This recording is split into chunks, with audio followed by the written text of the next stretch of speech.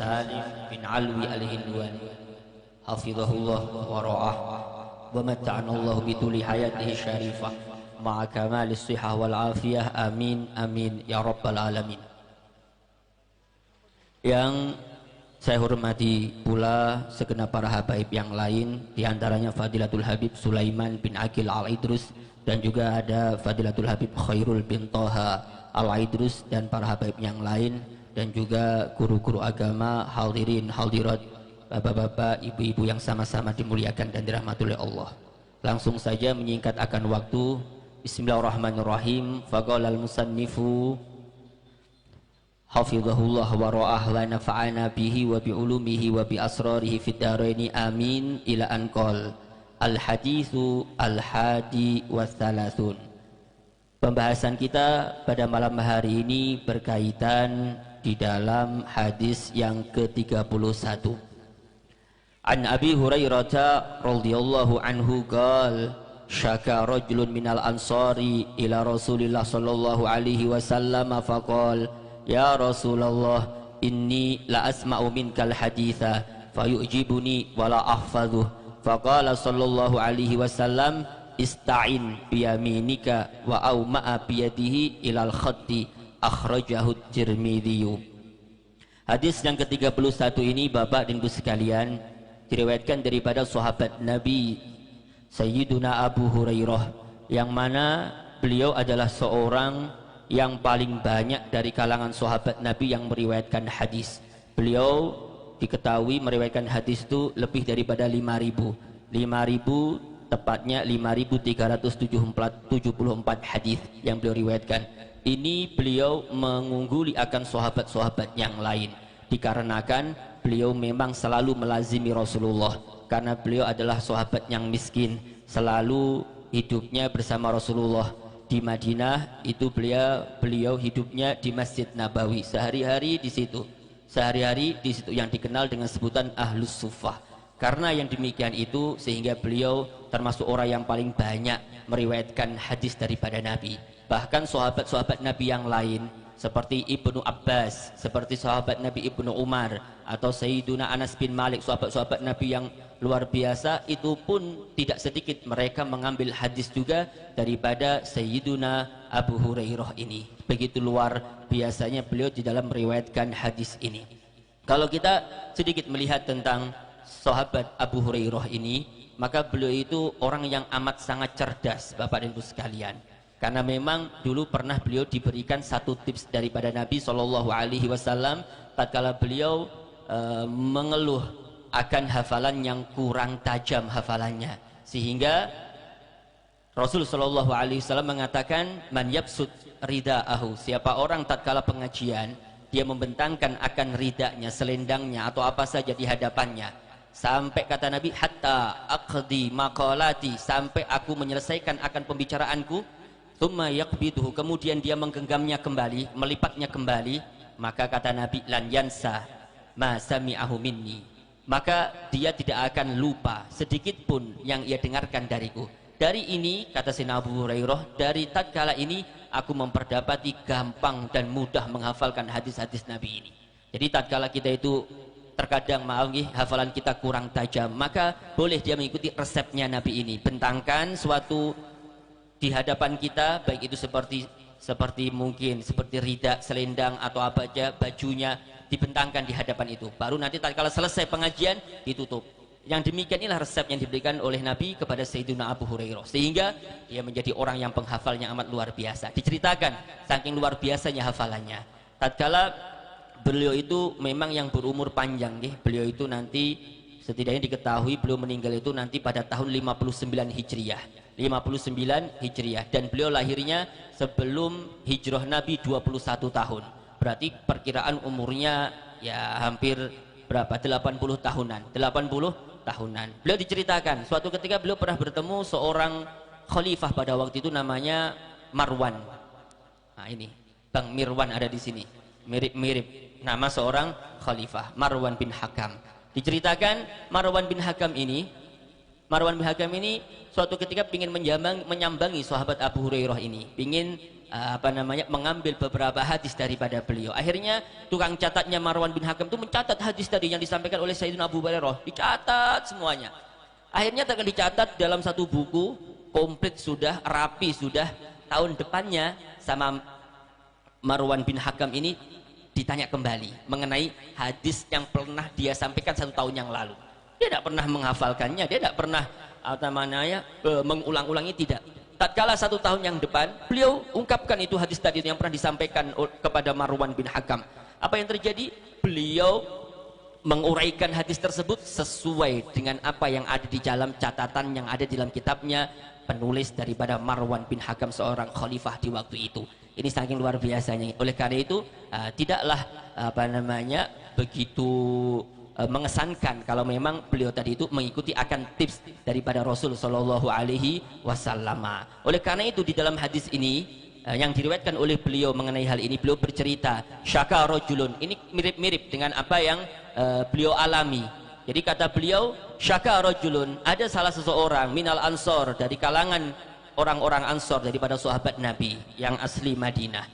Mereka atau salah seorang tadi dari orang ansor tadi, dia mengeluh ila Rasulullah SAW, mengadu kepada Rasulullah SAW.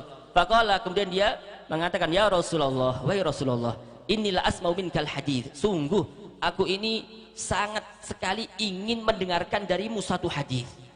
Aku ingin sekali menimba ilmu dari engkau ya Rasulullah, aku ingin menghafalnya. Fayujibuni, namun aku ini heran dengan diriku ini. Wala ahfadhu, namun aku tidak bisa menghafalnya. Tidak bisa aku menghafalnya ini. Bebel aku ini. Maka bagaimana solusinya ya Rasulullah? Ini bagusnya orang dahulu nih. Dia terus terang dengan apa yang dia alami daripada kekurangan-kekurangan yang ada. Kemudian meminta saran apa yang bagus yang harus dia lakukan dan seterusnya. Ini orang dahulu. Kan gitu ya. Oleh karena itu, kalau kita bercerita nanti, insya Allah di akhir ini, karena saya bergegas ini, karena waktunya sudah malam, saya tidak enak. Nanti saya dipukul sama apa ini, lambat-lambat, tidak enak jadinya. Nah, makanya saya bergegas ini, bergegas, bercepat-cepat. Padahal sebenarnya banyak yang mau saya sampaikan pada malam hari ini, Bapak dan Ibu sekalian. Karena mengingat nanti, itu demikian ya, Pak. Yang penting ada aja, tidak apa-apa. Dan ini, kemudian di sini kata beliau meminta saran kepada Rasulullah. Aku ini ingin menghafal dari engkau ya Rasulullah. Sayang sekali kalau aku hidup bersamamu, mulazamah dengan engkau ya Rasul, tapi aku tidak bisa menghafal sedikit pun ilmu daripada engkau. Akhirnya Nabi Shallallahu Alaihi Wasallam bersabda kepada laki-laki tadi, Ista'in biyaminik. Kata beliau, Ista'in biyaminik. Kalau begitu, ayo bantulah di dalam engkau memahami akan apa yang aku sampaikan dan menghafalkannya, maka bantulah itu semuanya biyaminik, dengan tanganmu. Maksudnya apa? Nabi di waktu itu wa'au ma'abiyadihi, Nabi mengisyaratkan dengan tangannya, ilal khatti, tulis kata Nabi. Jangan hanya didengar, didengar. Kalau didengar pasti akan hilang. Daya hafalan seseorang itu terbatas, seperti apapun itu terbatas, kecuali kalau memang Allah berikan daya hafalan yang luar biasa dalam diri seseorang tadi. Bahkan orang-orang yang meriwayatkan hadis ini daya hafalnya luar biasa kuatnya, tapi tetap mereka itu dengan menulis. Diceritakan nih di dalam Tarikh Dimishki, diceritakan mengenai Al-Imam Al-Bukhari. Imam Bukhari itu siapa yang tidak kenal beliau? Rajanya dalam ilmu hadis adalah Imam Al-Bukhari. Sering saya bercerita tentang beliau. Beliau itu diceritakan tatkala ditanya oleh seseorang, kata beliau, apa madawa unisyan, apa gerangan obatnya lupa itu apa, wahai imam? Kata beliau, aku pun juga demikian, tapi kata beliau, obatnya itu dengan apa? Dengan melihat akan catatan kitab yang ada di waktu engkau telah menulisnya. Ini tadi kalau ditulis, dilihat, dicatat, dimutolaahi, dilihati. Tidak mungkin kita itu hanya sekedar mengandalkan pendengaran, dari sini dengar, setelah ini saya yakin akan hilang semuanya, bubar, yang disampaikan tidak ngerti apa, pelongo dan seterusnya. Kenapa? Karena tidak dicatat.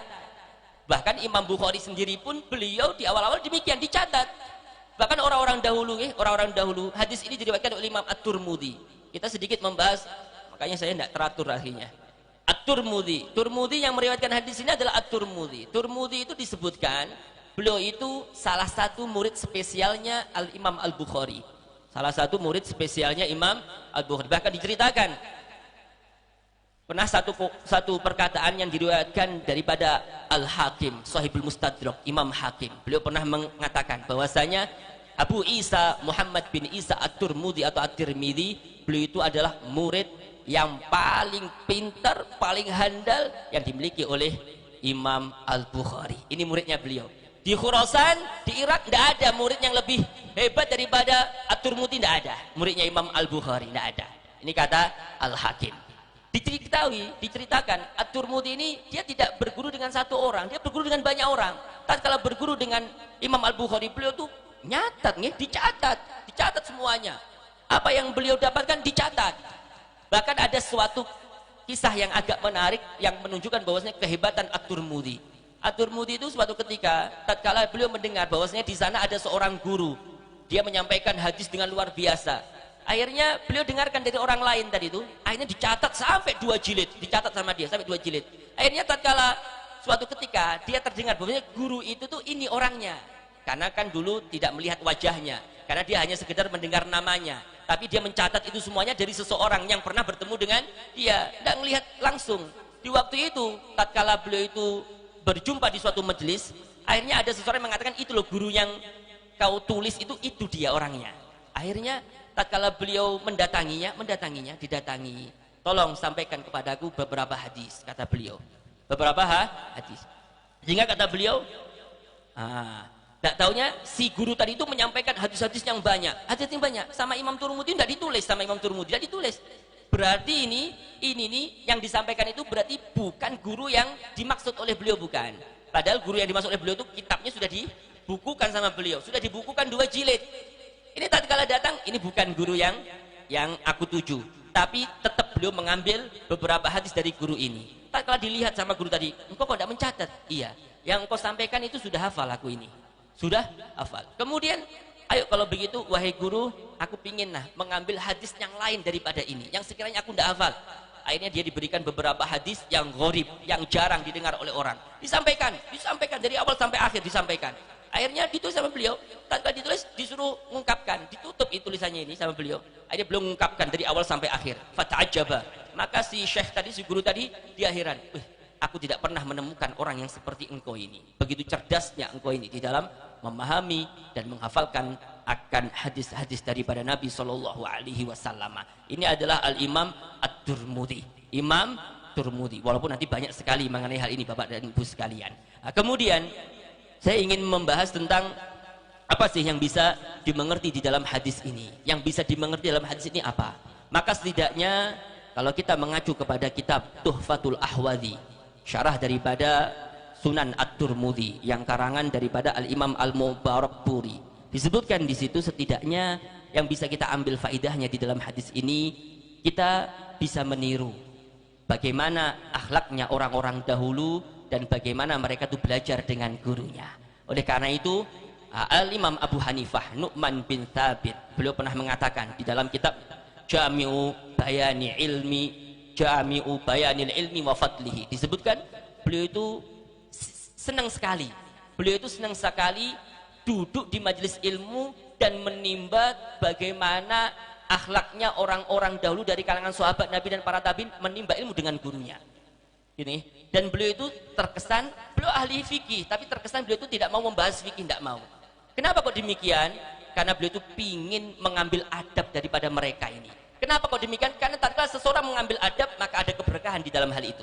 Ada keberkahan. Makanya dalam hadis ini, tatkala beliau itu mengamati apa yang disampaikan dalam hadis ini, beliau mengambil faidah di dalam hal ini. Itu loh, orang dulu tuh kalau menimba ilmu itu demikian. Dia tanya kepada gurunya, tidak sungkan-sungkan dalam hal ini. Biar apa? Biar ada keberkahan di dalam ilmunya. Yang dituntut itu adalah keberkahan.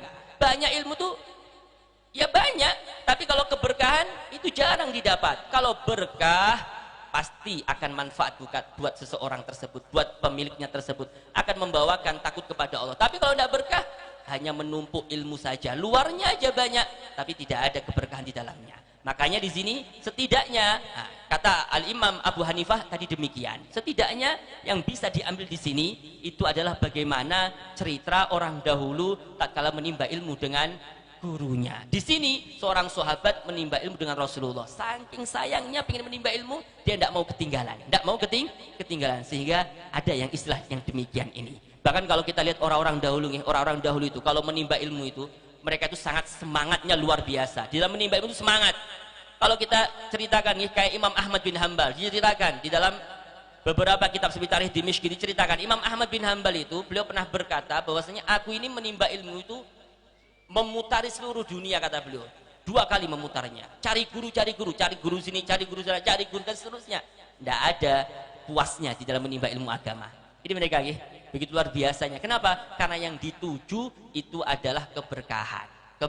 Keberkahan di dalam menimba ilmu tersebut, bukan hanya memperbanyak, tapi lebih mengutamakan akan keberkahan. Oleh karena itu, di sini bukan hanya sekedar kemudian Nabi menyampaikan dia tidak paham, ya mana ada berkahnya tidak paham, tidak hafal. Setidaknya dihafal, dipahami, diamalkan, baru dia akan mendapatkan keberkahan daripada apa yang dia timba, dia pelajari, dia amalkan dan seterusnya, akan bermanfaat ilmunya.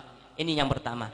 Kemudian yang kedua yang bisa diambil dalam hal ini adalah termasuk bagian daripada keberkahan di dalam belajar ilmu, yaitu dengan mencatat dan menulis apa yang disampaikan oleh gurunya.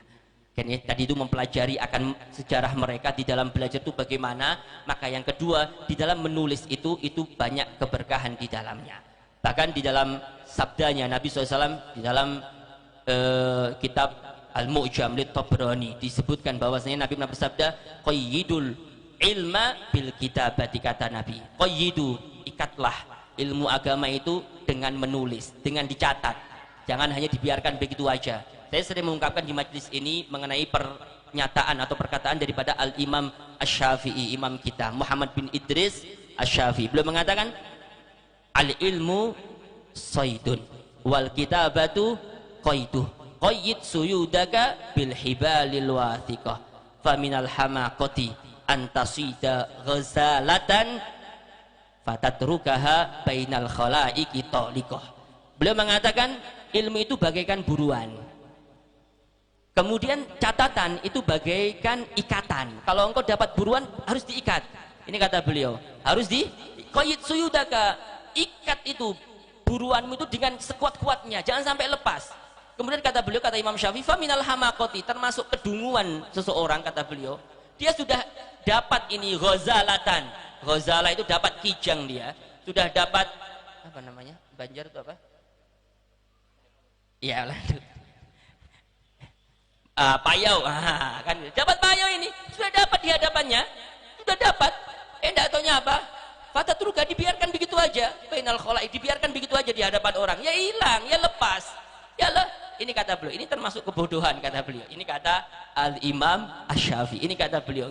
Setidaknya demikian. Kenapa? Karena di dalam menulis setidaknya ada kesungguhan di dalam orang tersebut di dalam menimba ilmu agama. Karena kita itu tidak dituntut hanya sekedar mendengarkan, itu tidak mendengarkan saja.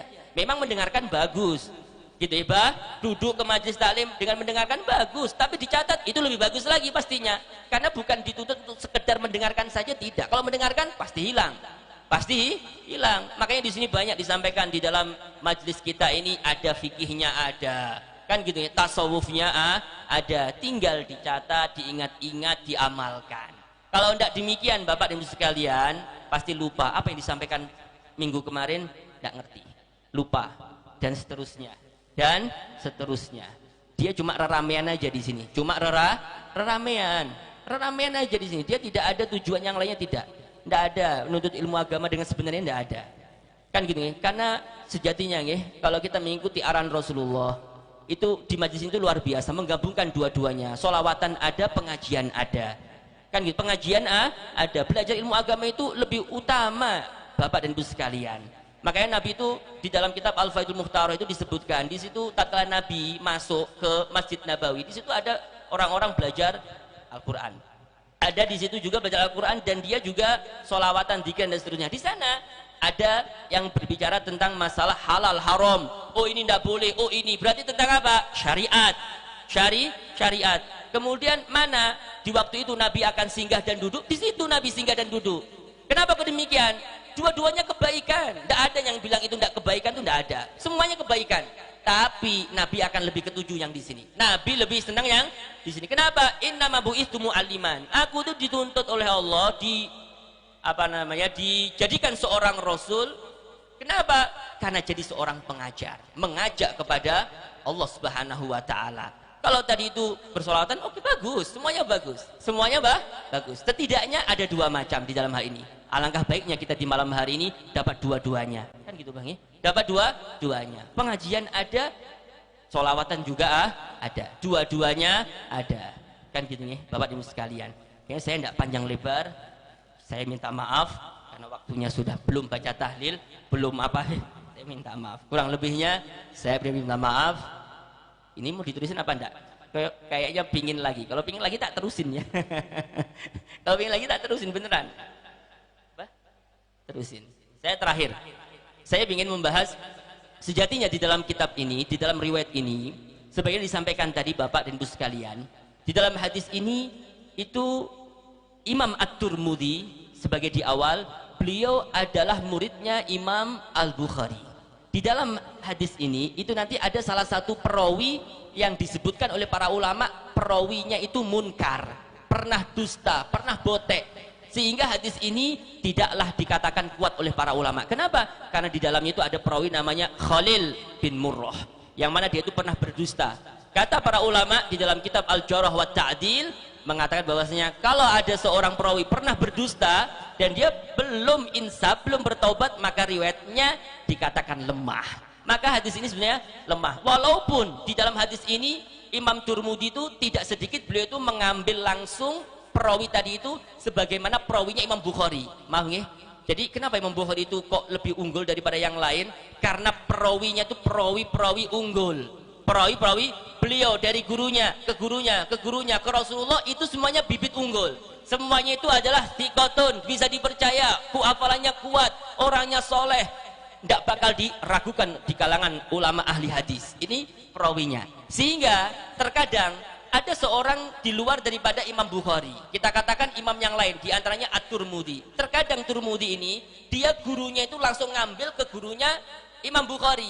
Berarti yang dia riwayatkan dari hadis ini sebetulnya dia meriwayatkan dari jalur Imam Bukhari, dari gurunya Imam Bukhari. Ini sebenarnya jalur yang utama ini namanya jalur utama. Tapi karena ada sepenggal yang dikatakan dari mungkar, sehingga hadis ini tidak dikatakan sahih.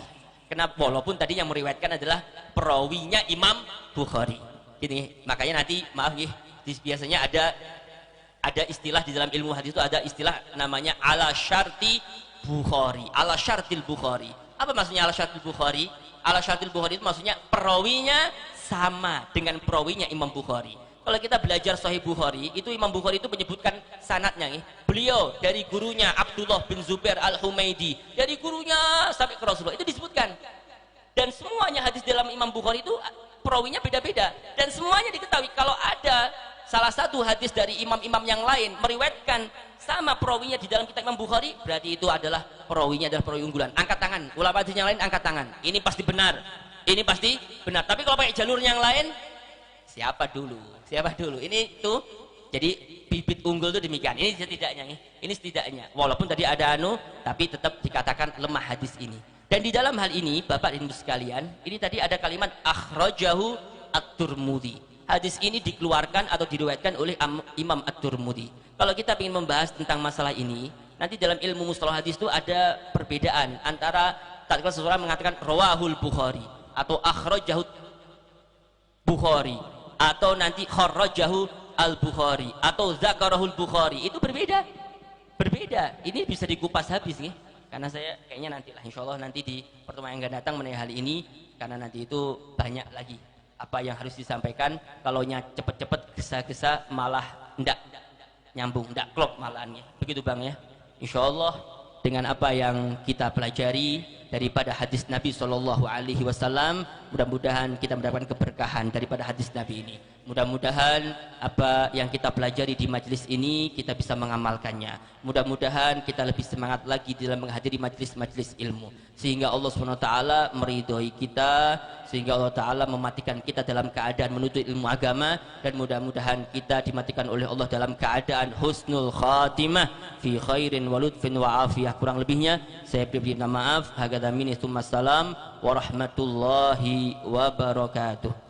Assalamualaikum warahmatullahi wabarakatuh. Terima kasih banyak kami ucapkan kepada guru kita, Guru Muhammad Syaikhu. Mudah-mudahan apa-apa yang disampaikan beliau bermanfaat bagi kehidupan kita dunia dan di akhirat. Amin ya rabbal alamin. Kita sama-sama bertahlil khusus kepada keluarga almarhumah keluarga kita, dan juga diniatkan saibul hajat yang bernama almarhumah Hajjah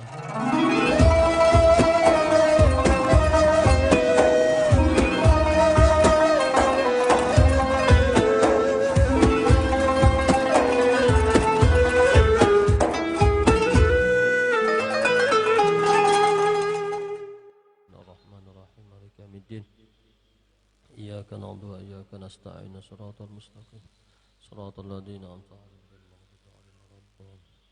Qala an-nabiy sallallahu alaihi wasallam afdalu dzikri fa'lam annahu la ilaha illallah la ilaha illallah la ilaha illallah la ilaha illallah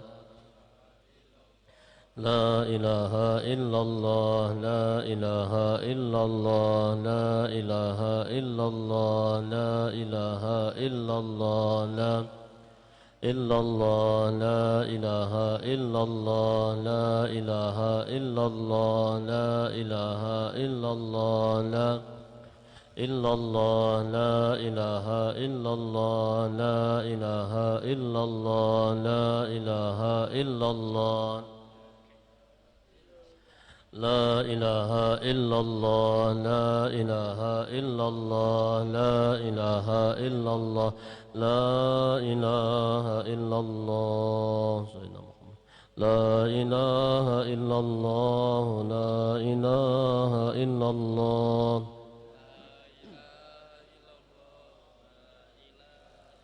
لا إله إلا الله سيدنا محمد رسول الله